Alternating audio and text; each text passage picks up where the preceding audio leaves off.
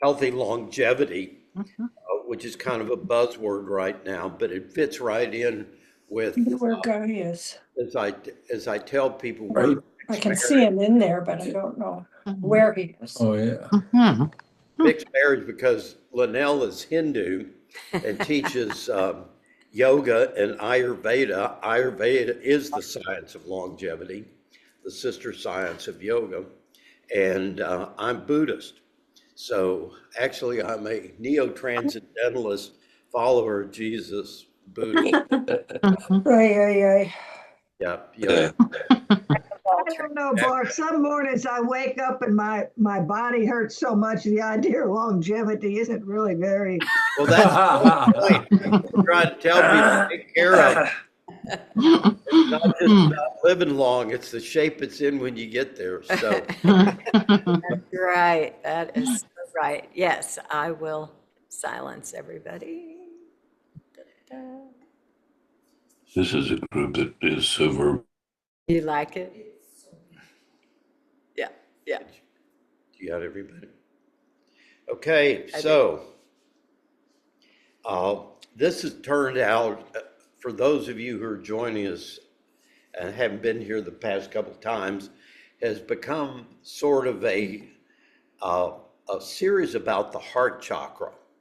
And heart chakra, I think, has been misunderstood because they translated the word for what you experience at your heart chakra and what you experience at second chakra with the same word, which is love. And you've heard people like Jesus try and differentiate between agape love and erotic love, trying to say that there's this attraction that happens, but there's a difference between the sexual, emotional, relational type of attraction and what happens when you open your heart. So last week we began exploring the heart chakra as a chakra, and we began to see from Rumi's poem, there's a window that opens from heart to heart. And there are ways of closing it, not an needle's eye of access. Sometimes both ways are appropriate, but the greatest ignorance is not to know about this window, okay? When houses live side by side with windows open, that's the embrace we want. There's this sense in us that I'm longing for something, um, that he says almost desperately longing for something, and he compares it to sunlight coming in, a moonlight kissing your face, and he says we really need to understand this attraction that's happening here. So when we talk about this, when you hear me teach about it, I call it presence. I call it a capacity to stay open in your heart chakra in the face of whatever is going on internally or externally. So when you look at what we call the negative emotions spiritually, we don't mean that they're bad emotions. We mean that the effect that they have is to close the heart chakra. So think about when you feel fear, where do you feel? You feel it in first chakra, but what does it hit next? It closes your heart chakra, okay? So when I'm scared, I lose my sense of presence in the world. I'm no longer connected. Windows shut, okay? The same way with anger. Anger, third chakra, boom. What happens when I get angry? It closes my heart, okay? What about shame? What about guilt? Second chakra. What does it do? Cuts me off from other people. So when we're meditating, what we're really doing, part of what's behind the scene, is paying attention what's happening to my heart and opening it again, voluntarily choosing. So we've been through some meditations where you hear me say, when we get to heart chakra, I am awake and I open my heart world. I voluntarily make a choice to become vulnerable again. And the first time my therapist said to me, I was feeling slightly scared. And after we had had a session where I had become vulnerable, okay? And growing up in an abusive childhood, vulnerable was the last thing in the world I ever wanted to be. I had put walls up, guarded, protected my heart, was not going to let anybody in. And I wrote a song, actually during the period when Pat and I knew each other, that went, wrapped up in my clever cloak, doing my best to hide, trying to protect myself from the blinding light outside. But something isn't working right. My eyesight's growing dim. It finds that I've also killed the blinding light within. Close my heart to the world. I close myself to my own spirit. I close myself to the source of my spiritual energy. Swami Kripalu talks about this, and he says, break your heart no longer. Every time you speak ill to yourself, you shame yourself, you cut yourself off from the wellspring of your vitality. I love that line. Your spirit is your energy. Your energy is your spirit. They're not two separate things. When we talk about chakras, this is how that energy that comes in through our prana, through the breath, how it gets distributed through the body. So when my heart is closed, I lose that connection with the world. I lose my connection with other people. I lose my connection with my true self. Okay? That is a horrible, horrible price to pay for staying closed. So this is where the war comes in, the war between our brain. Okay, so as we continue to age, the more we get wounded, the more we experience fear. So our amygdala is lighting up. Every trigger from every wound we've had still lives in your amygdala.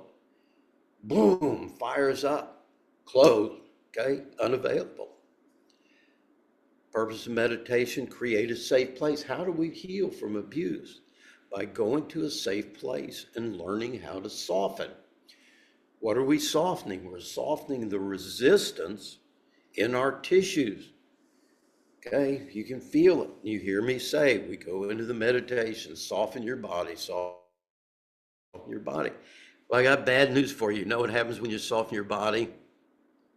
Your heart opens. No, Oh. all the trauma surfaces to be healed. Oh. So we come into meditation expecting to have this really pleasant feeling, and all of a sudden I'm in a place of fear, all right? What we need to realize is I'm not afraid of being alone. I'm not afraid of heights. Those things don't come and jump into me and give me fear. The fear is in you.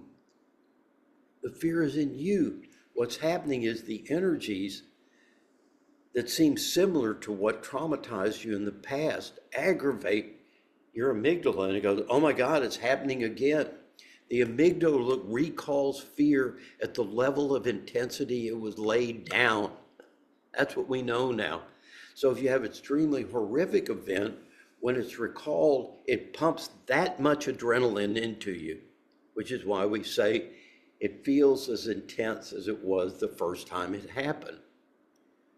So the way we're talking about stepping down the trauma that is in our bodies and in our brains is to create a safe place to begin to expand our window of tolerance.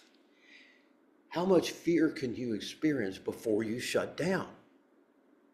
How much anger can you experience before you shut down? Now, the important thing to say is this is not about creating a storyline in your head. That's old school therapy. You don't need to do it, okay? The important thing is to remember that it's energy, energy, energy, energy. Don't need to put a face on it. Don't have to have a time frame.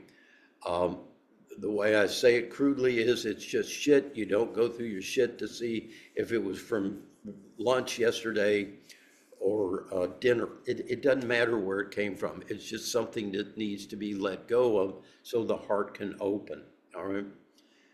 We tend to think of fear as the enemy. We tend to think of these emotions, anger, as the enemy. No, they're really not. They all have a very definite spiritual function. The reason they're problematic is because they close us off. So what I've done is I've asked Linnell to put a chart up. No, and I can't get it up there. Let me send it to Matthew. Maybe Matthew can do it. Matthew, do you know how to get a photo up if we can send it to you? He can. Let me think, maybe. Just put it in the chat, maybe? Yeah, if you email it to me, texting I'm, might work too. I can Okay, connect. you. let me just go I've through. got it. I've got it. And they can play with that behind. Okay, so in AA, we have acronyms of fear. And I took 4 of the acronyms and arranged them in a way of how we step down fear. So the first acronym for fear is fuck everything and run. So this is the fight or flight response. It's the automatic first response when the amygdala flares up, sends a signal down to our adrenal glands, happens in a half a second. You have no time to block that thought or rationally process it. And that's why I say you're out of control of your initial emotional response to life, because it's happening in your body. It never goes through a part of your brain that you can control it. So the first thing is the flare, that desire to run, that initial panic, okay? So what do? We begin to take a step back from the fear, okay? And that's why we meditate. Why we meditate is to say, I am not this fear. Yes, okay, it's up in the chat room now.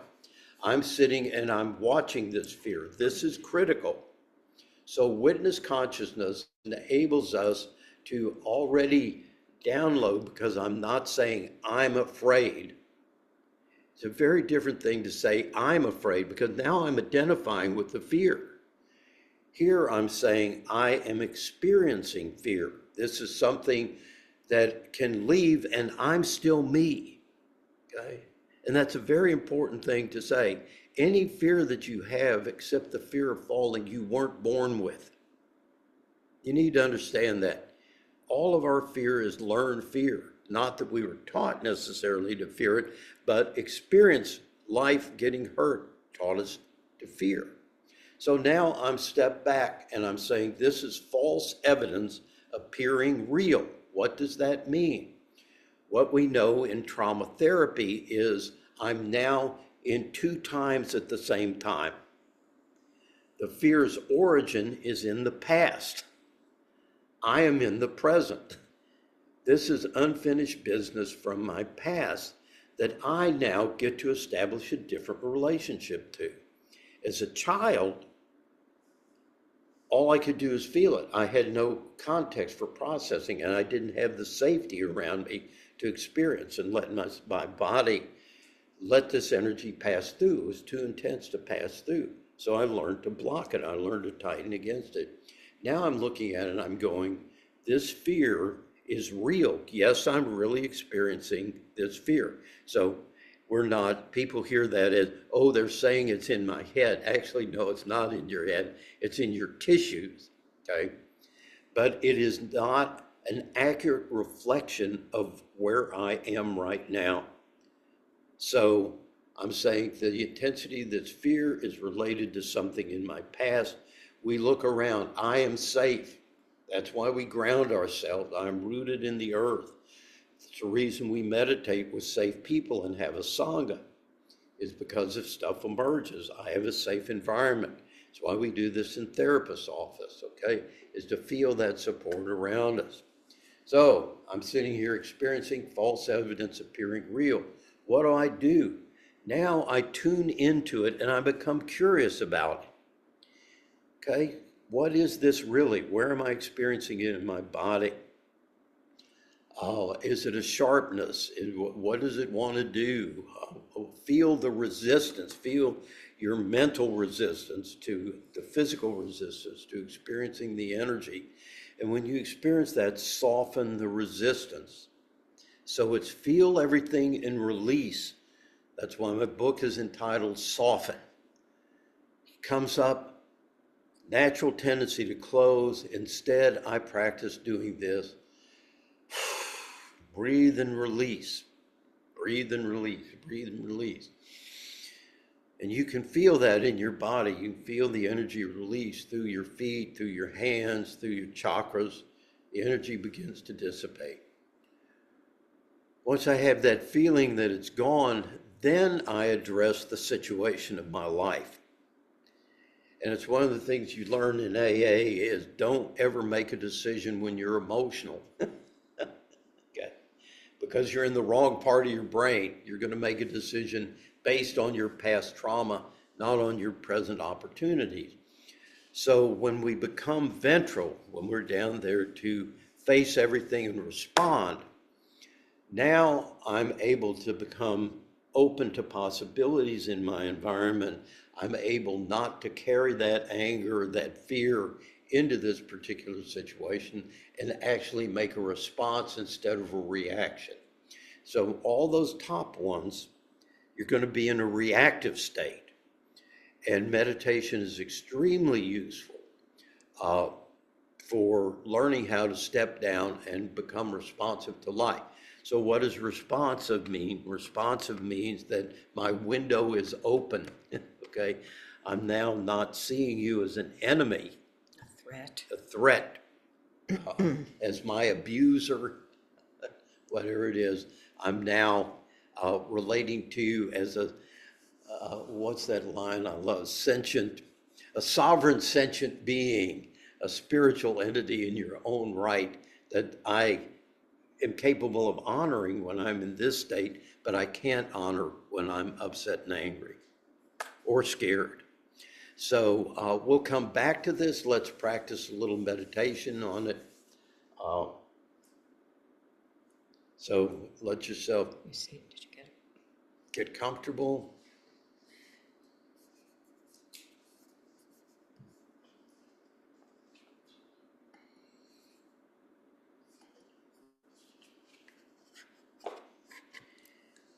And our head monk will ring us in.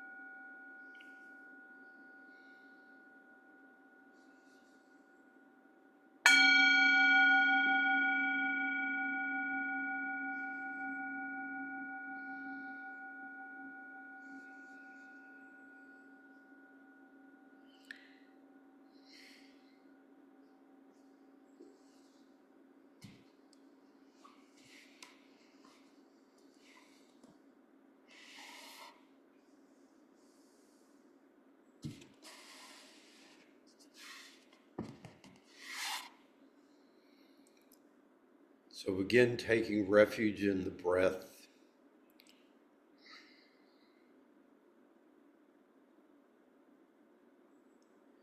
No pranayama this morning. More of an exercise in trusting the breath to breathe itself.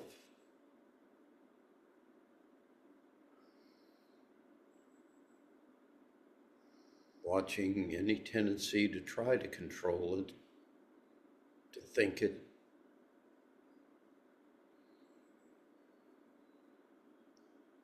And practicing allowing.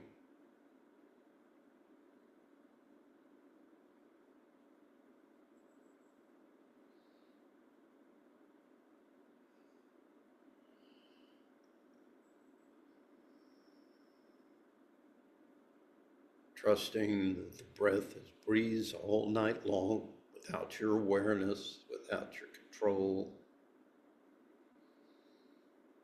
And trusting the body.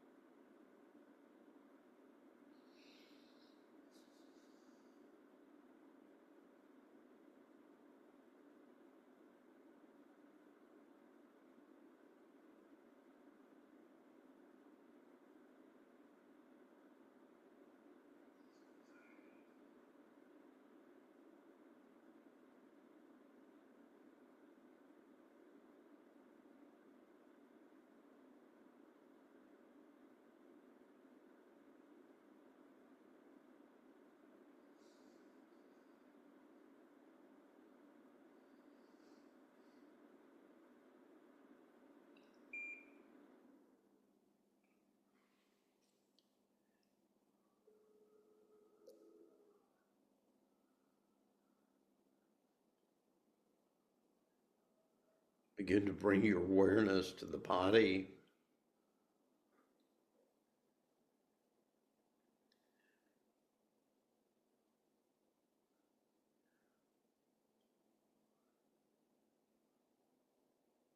Noticing any areas that are tense, tight, constricted.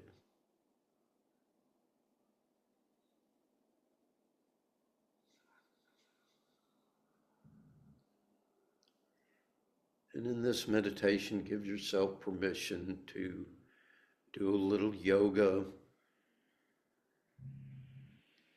do little movements that help you release any tension in the neck.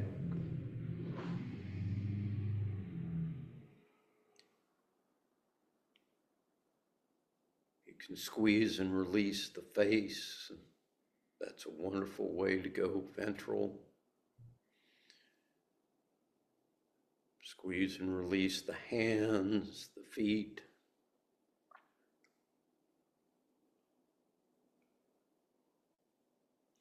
And that's the beauty of meditating on your own. You can do those movements without disturbing anyone else in the hall.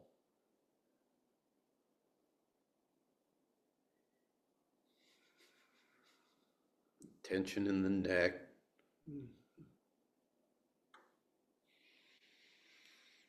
The reason we do cat-cow so much is to open the heart chakra.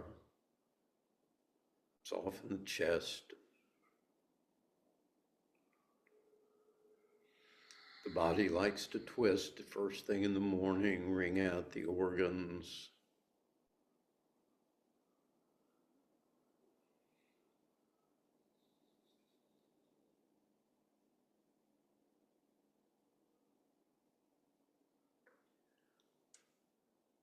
And as your awareness begins to settle in your body,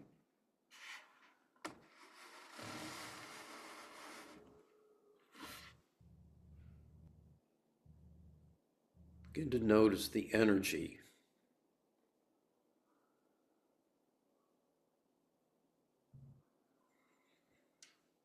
Sometimes you'll notice constrictions in your energy as where your breath stops. Is your breath constricted in the throat, in the heart,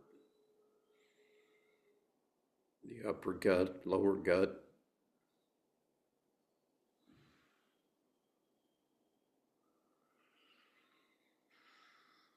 You feel constricted in your third eye, the top of your head.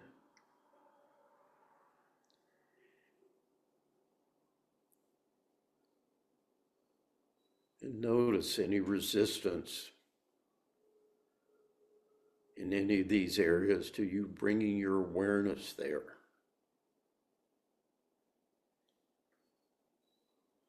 And understand that resistance is part of the suffering.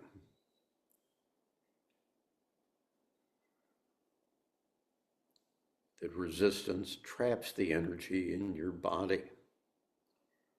And that tendency to close is natural, no judgment, simply awareness, I'm closed.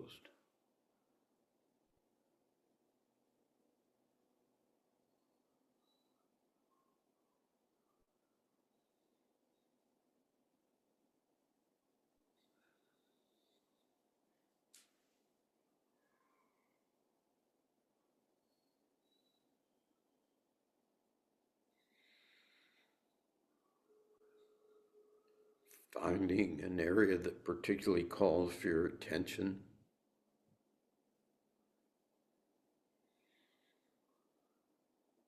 Gently rest your awareness there.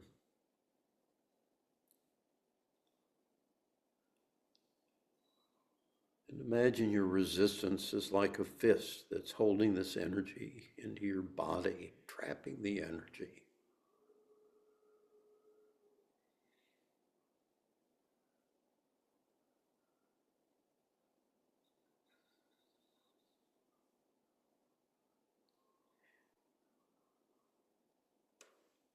And as you feel that constriction, breathe into it,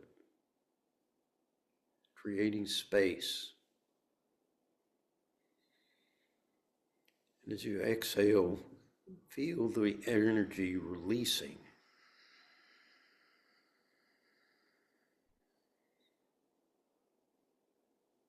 Very gently, very slowly, like emptying a swimming pool with a tablespoon,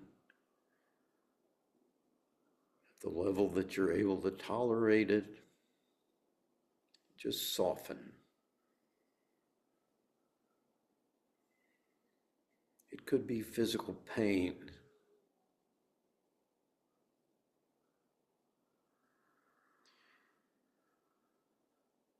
It could be an emotion.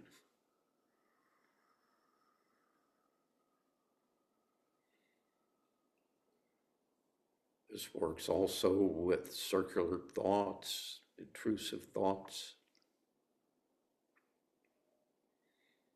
or energetically.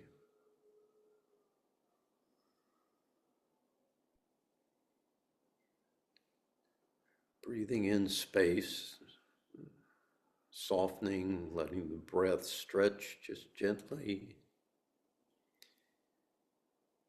and exhaling and feeling the relief that comes with letting go at last.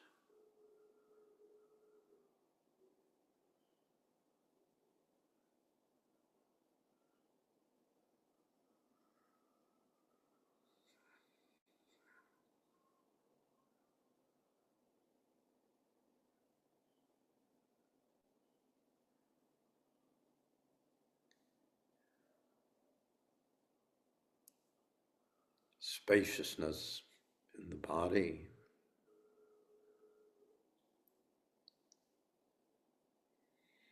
Softening the surface tension of the skin. As you move more towards right brain, the more you start feeling yourself melt. The boundary between you and the world softens. The flow of energy between you and life is activated.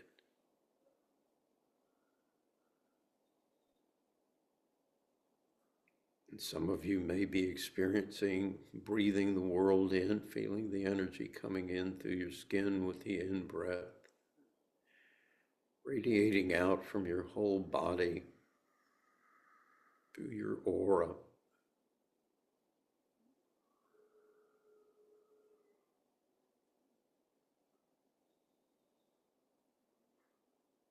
Body soft, breath soft.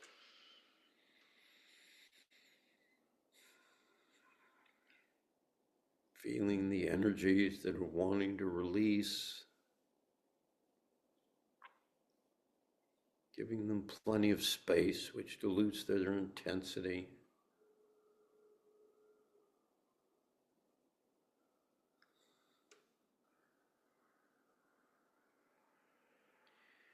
Feeling the mind softening.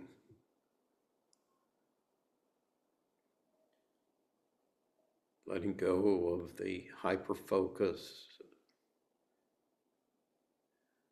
the sympathetic nervous system, fight or flight. And beginning to relax your mind into the safety of awareness, which is beyond anger,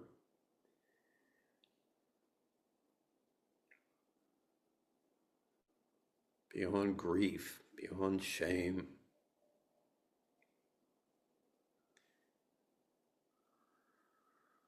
Softening into non-judgmental awareness, which embraces everything without judgment, without resistance.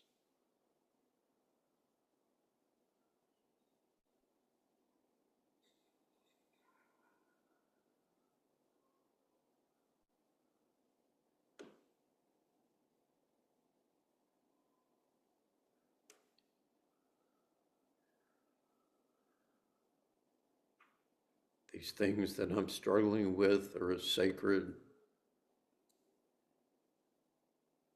as I understand a God to be. Why do I fight it?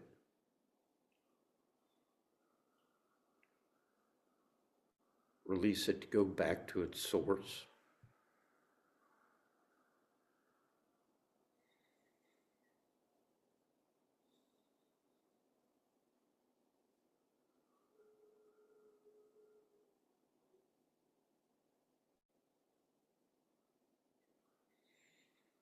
Mind softening, ease, clear seeing.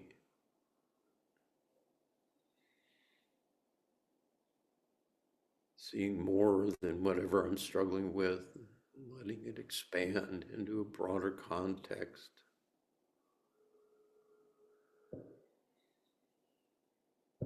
Feeling the body ease even more, and beginning to open your heart.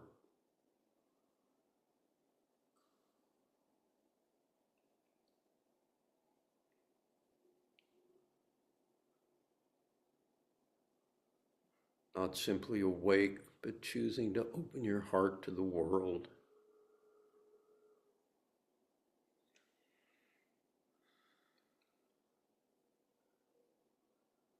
Letting go of everything that you're resisting so that you can feel that communion with life, that oneness, that beautiful flow of energy that we experience in our lovemaking, in our dissolving into nature.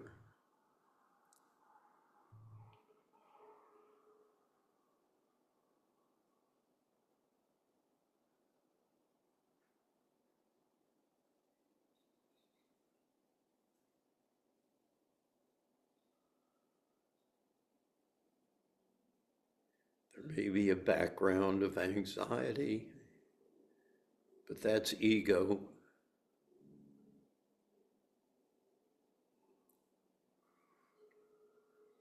Ego wants to retain a toehold of control.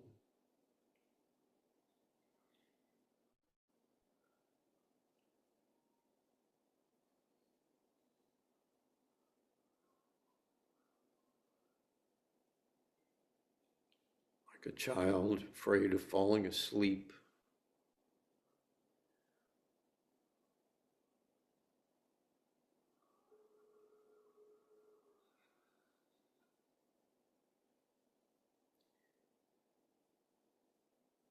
The whole body, a unified field of vibrational energy.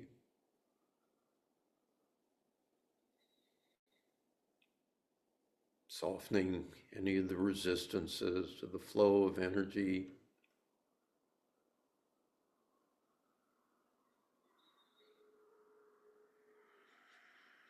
Beginning to feel the connection with life around you, no boundaries.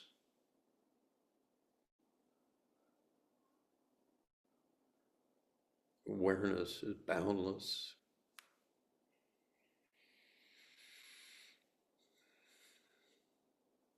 The energy field of which you're a part is boundless.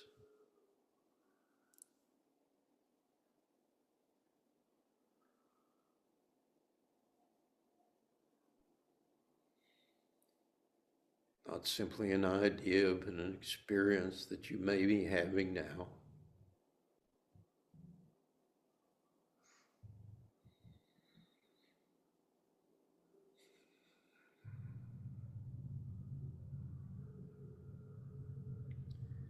Settling into simply being.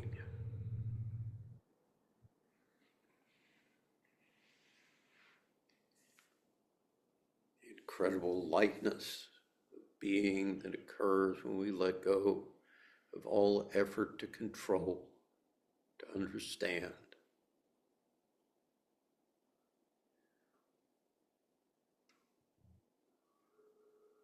Incredible lightness of presence.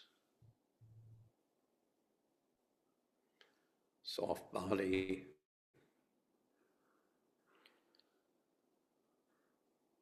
Spacious mind, an open heart.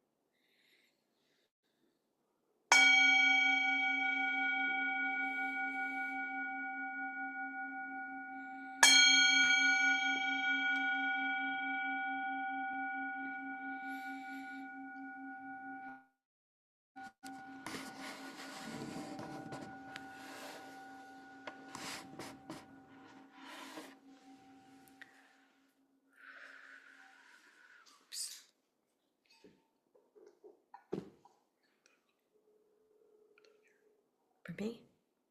Are they yours? No.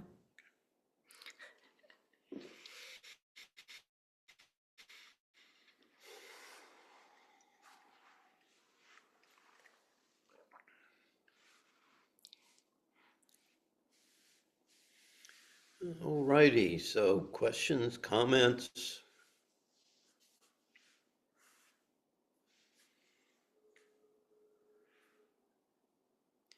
Hello, Sherry.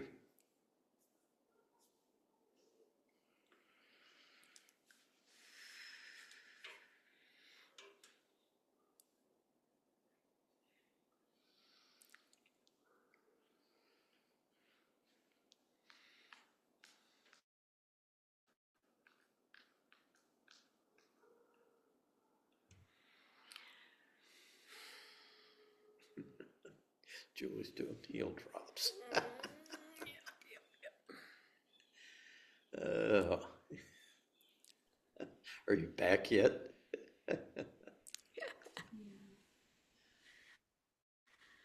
Okay, Guy, what you Hey, got? good morning.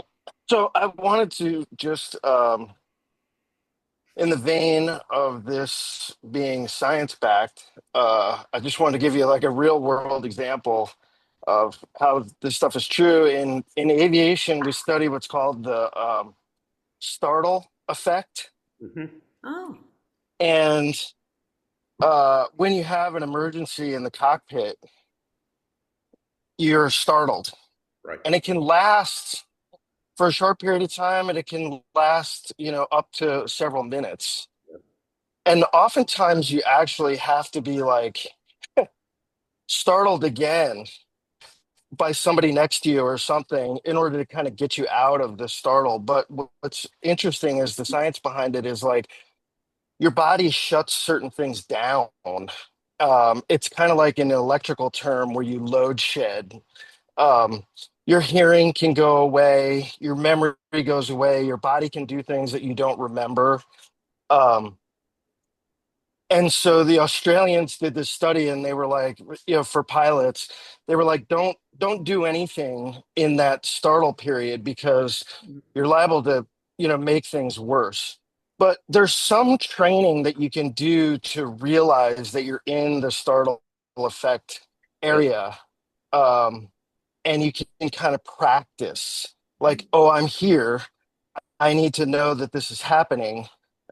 This is what I can do to alleviate the situation where I can then get back to making rational, normal, informed decisions. Right. That's the So, anyways, a little bit of science. right. Yeah, nice. exactly. And so what that startle thing is the fuck everything and run. Okay. Yeah. The stepping back and the not acting in that is critical. Then the step back, right? So yeah, good stuff. And a lot of these things, I'm beginning to think that part of this is hype, but a lot of you are on my Instagram stuff that I send out, and one of the things they'll do is they'll tie it in like something that we do is grounding. We put our feet on the earth, and that is absolutely essential to the health of your fascia and your whole movement of the electrons in your body. So now they tie it into warrior training and something that uh, samurais used to do first thing in the morning is 20 minutes of standing on the earth. So it's funny how I don't know whether they're actually, now that we're discovering the science, tying it back into the wisdom traditions, uh, whether that stuff is just something that dresses it up and makes it more palatable. I don't need to know. All I need to know is it works. Bottom line, I'm a pragmatist. I may be a mystic, but I'm also only going to teach what I know works. Okay. So, like you say, Guy, I'm going to put it to work in my experience and then teach it. Anybody else? Yes, Channing. Yesterday, when I was in the car, I was listening to NPR.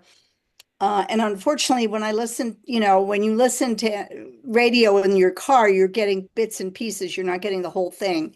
But I was in the car long enough to understand that a scientist was being interviewed who had done a study on why people go to horror houses, whether it's at Halloween or any other time. Why do they go there for this fear and shock and adrenaline rush? Was it because these are people who are like bungee jumpers who just need the adrenaline rush? Well, the results of the study were that, yes, some people do it for that. But a surprising number of people said that they went to these horror houses because it helped them to cope with fear in a safe environment where they knew that the monster was not really going to come and eat them and that they were not going to be killed. And it helped them emotionally inside themselves to cope with that sense of fear. It's the false evidence appears real kind of thing. False expectations appear real. My expectation is that the monster is going to come and eat me up. But they're in a safe place and they know they're going to come out alive, and it helps them to cope with it. So I think, Bart, that goes along with what you were saying. Yep, absolutely. That's what we're doing is spreading that window of tolerance. So let me Right. tell you how that works in therapy is one of the first things they taught me is sugar in, shit out. That when a baby takes in sugar water, what comes out of the baby? Shit, not sugar water, okay?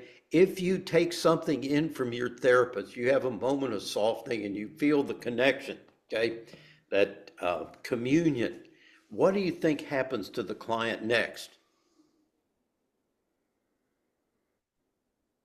They don't want to come into therapy anymore, okay?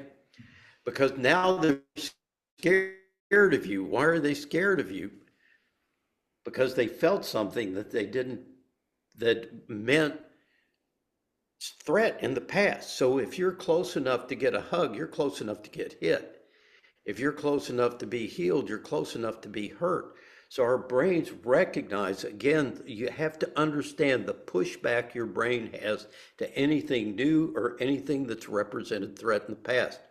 So I've got another thing that I use with my people, which is Lady and the Tramp.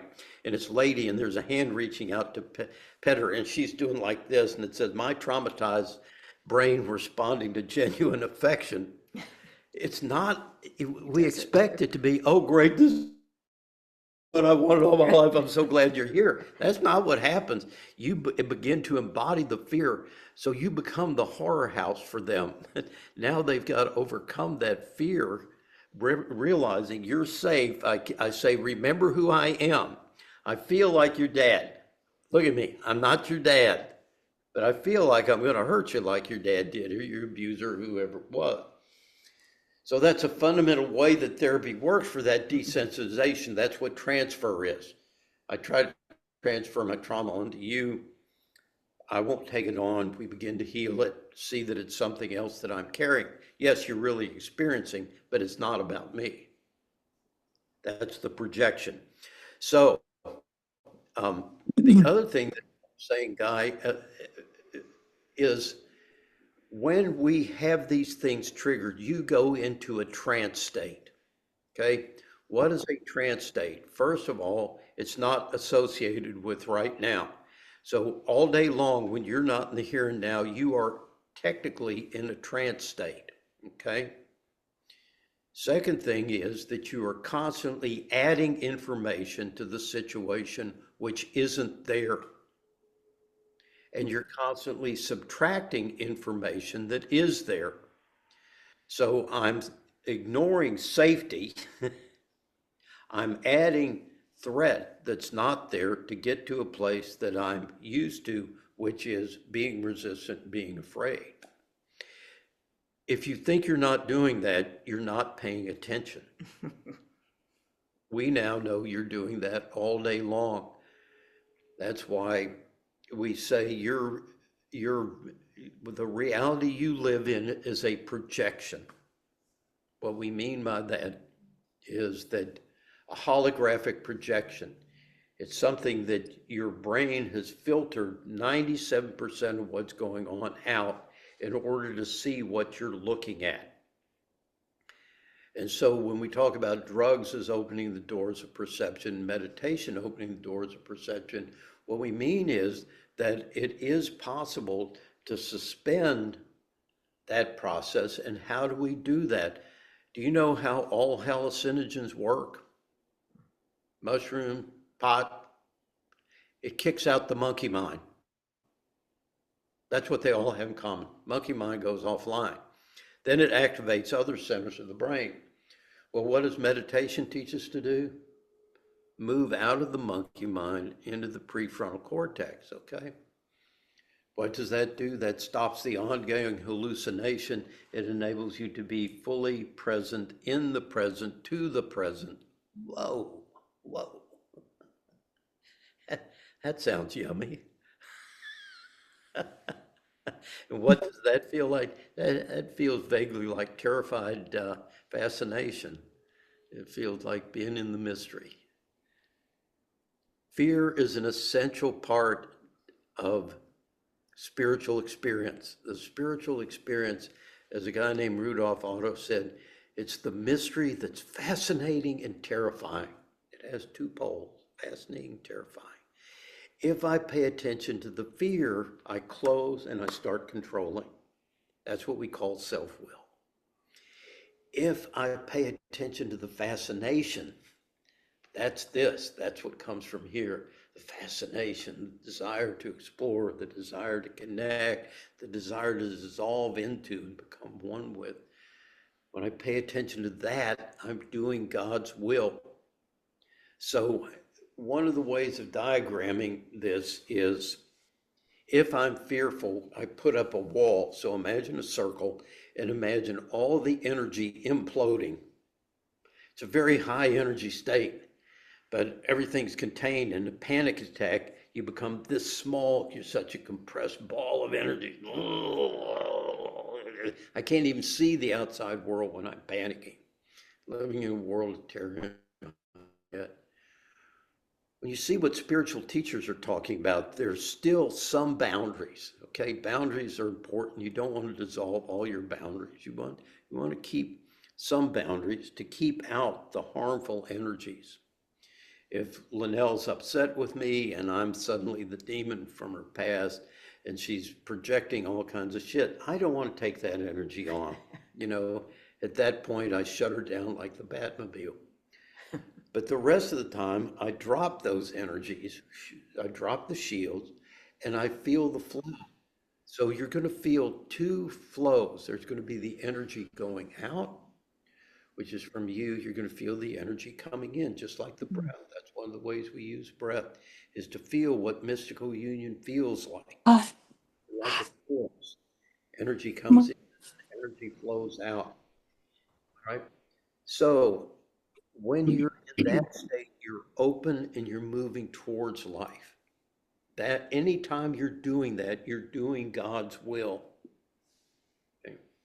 You have to invest. We're made to invest. The thing comes that direction. Okay, we draw in, we pour out. That's how we're supposed to participate in the flow. Oftentimes, we need a teacher, a lover, someone who primes our pump.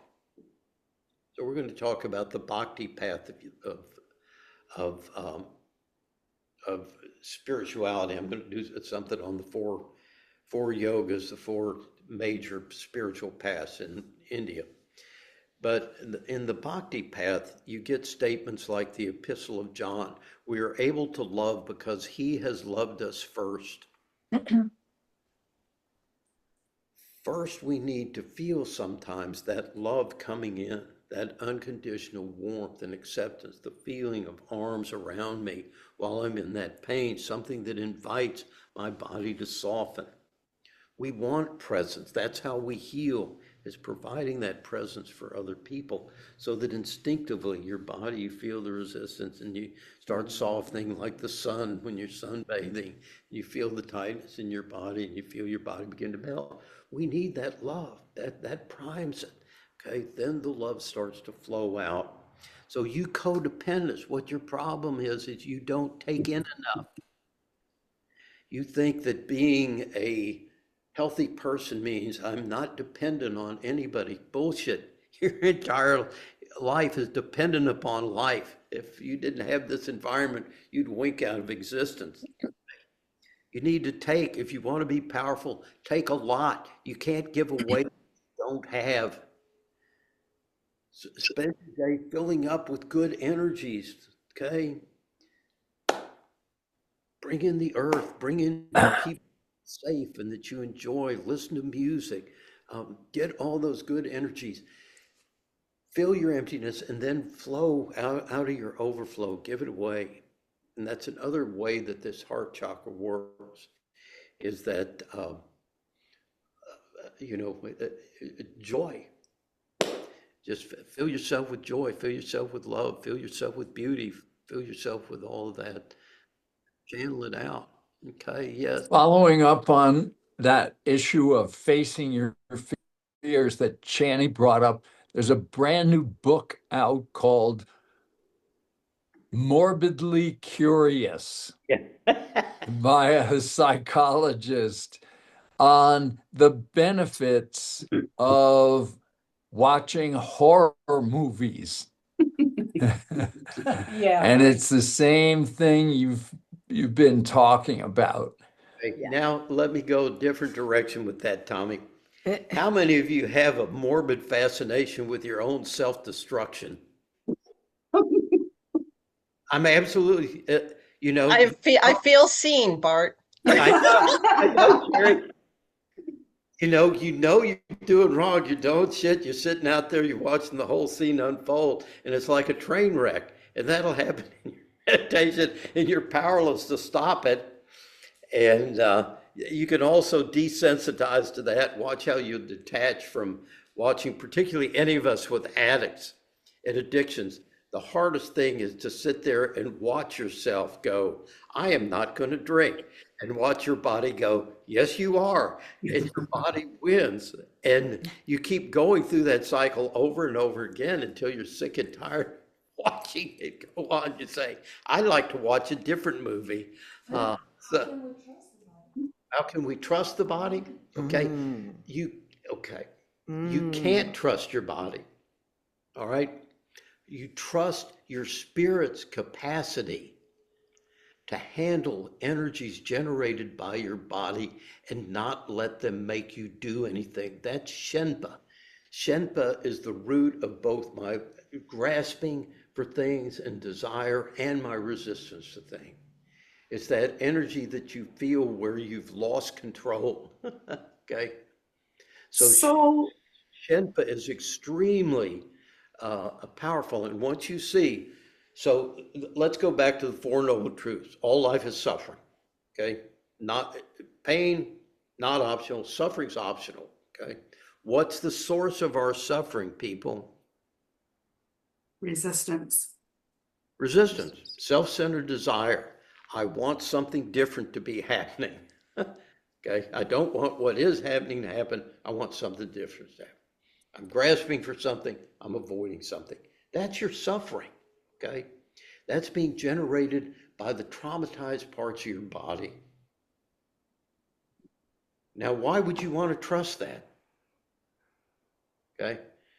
So, that's why we said, I apologize to people. I'm sorry for everything I did to you in the 70s, 80s, and 90s when we said, trust your feelings. No, no, don't trust your feelings. They're not an accurate map of reality. They're an accurate map of the past, but they're not happening now. That's what I'm saying. All right. So there's a difference between the source of what's happening is the source memory. Okay. These are body memories. That's not the present.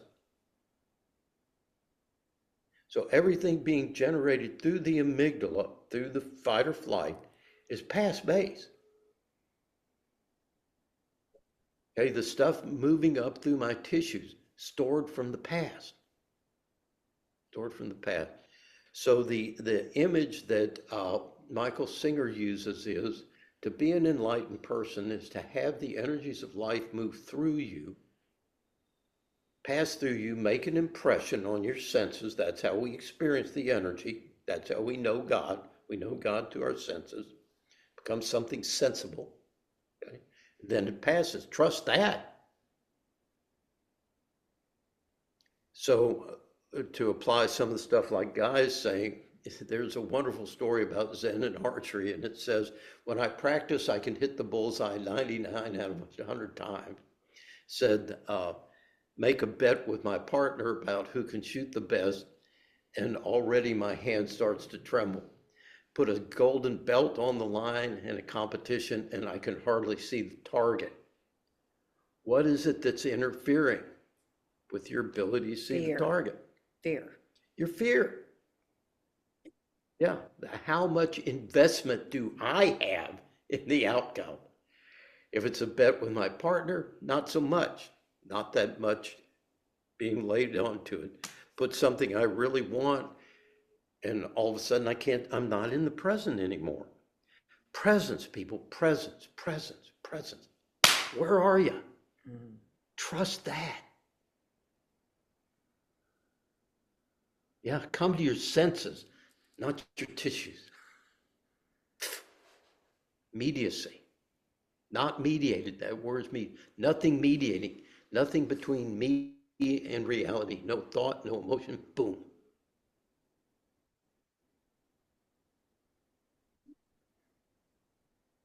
Is this making any sense? No. Yes. Yes. Bodhidharma, who founded both the Kung Fu and the Chan school, which became Zen. Simple. What do you do in life? First, I see. Let everything clear to you, see. Then I act.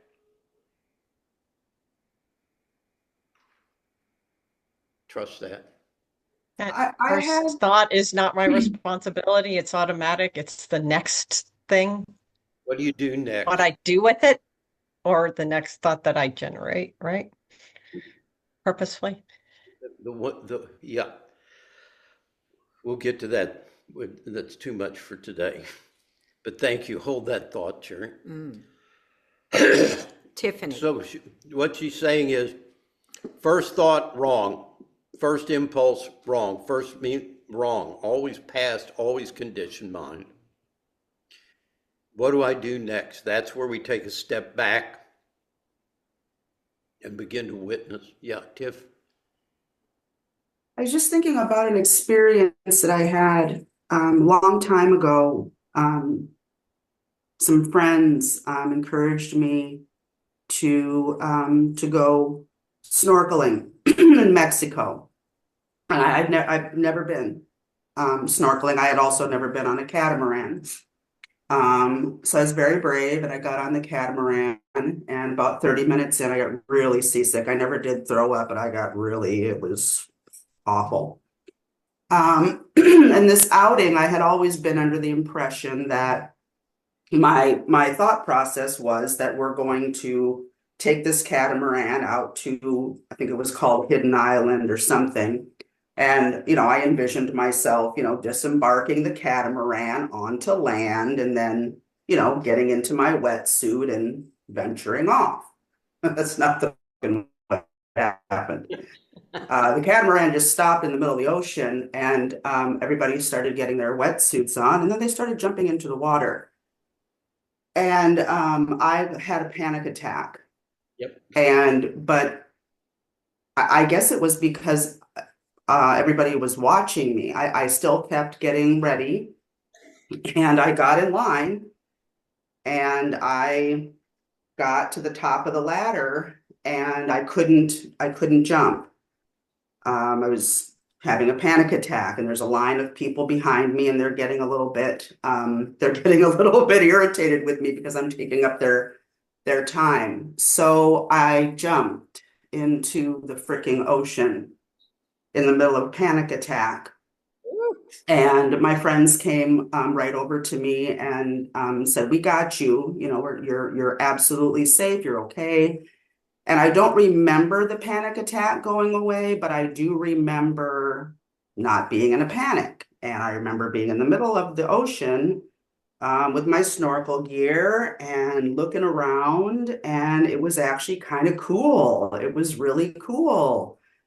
And it was really cool. And then I caught sight of my own feet and the vastness beyond. Mhm. Panic attack again in the middle of the ocean. And I had to get out.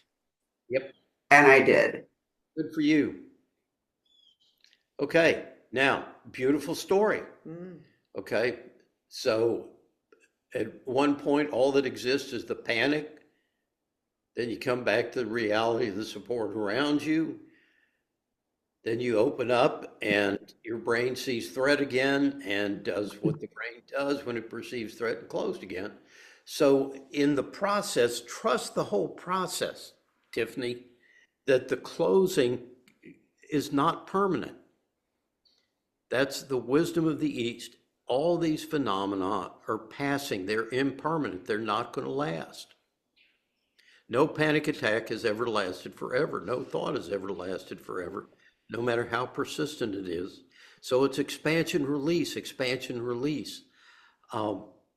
The constriction is automatic. The release needs to be learned. So that's what we're practicing here. We're practicing getting on that backside where life is enjoyable. Now, mine is a different variation of yours, so we'll close with this story. And that is Linnell, when we first met, she had just come back from Costa Rica. She just quit her job. She's feeling expansive. She's in that say yes to everything mode. And she discovers, she knows I love Ram Dass. Ram Dass is doing a thing on Maui on open your heart. Oh, gee, does that have anything to do with what we're doing here today? Yeah, just a little bit. So here we are. First of all, she gets me on an airplane to Hawaii. I have never gotten on airplanes voluntarily. I'm terrified of flying. So here I am, not just flying. Now I'm flying over an ocean. No, not doing over ocean at night. Okay, so I white knuckle all the way to Hawaii. We get there, we're coming into a fucking island with mountains and shit. And so we get there. So Linnell says, let's go snorkeling. So I'm not going to tell her. Never done shit like this. So I get in all my snorkel gear and stuff, and I'm doing okay with the breathing part, but I keep being blown into the coral reef about birds. And so I'm getting totally fucking shredded. While I'm supposed to be having this wonderful experience. There's schools of fish all around me. They're delightful. But I'm being slashed to ribbons on the coral. But I let the fascination get me. Eventually got out there and actually played with the fishies. So we get on a goddamn catamaran. We're going off to an island. And everybody says, let's jump off. And did exactly the same shit you did. And let's go swimming. And so with the whales, whatever. Yeah. So God, the ocean was purple, people. It was royal purple. I have never seen a purple ocean before. And I said, what the fuck? Here's another fear to face. So I jumped off, and that was actually pretty easy, even though I had a big panic attack. I don't do well with sailing either. So all of these things are just grist for the mill. You know, we think of them as failures because I wasn't able to be cool. No, I loved every minute of being out in a place that was so beautiful. It kept drawing me out of the fear and back out into the beauty of everything that was around me. It was absolutely amazing.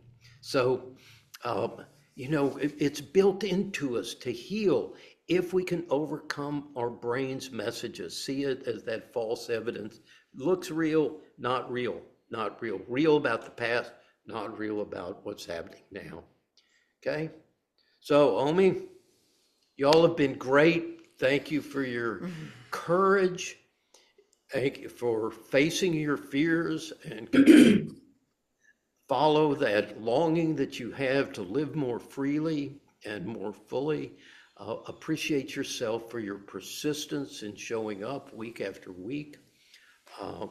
And appreciate you for what you share with the world. So remember, this is just a way station for us to lick our wounds, to heal a little further so that we can get back out into the fight and represent that the reality is love, and reality is peace, it is joy, and we are channels for that into the world. And thank you all for that. So. Unmute your devices, 3 rounds. Deep breath in.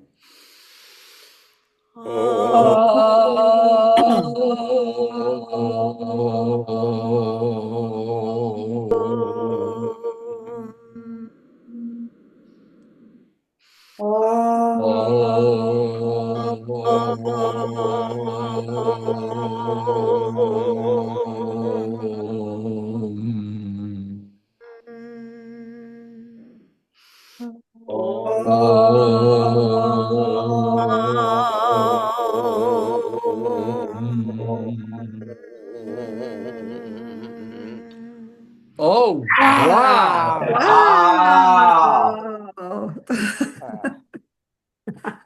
Love you all. Have a good week, everyone. You too. Take Love care. you guys. Here. Sorry, I was major league late. The water main on my street broke and I had to go to a friend's house. Glad I got it. Have a good week, everybody. Love you guys. Bye. Take care. Thanks, guys. Bye. Thank Thank you, Board Bye. 1L. Thank You're you. welcome.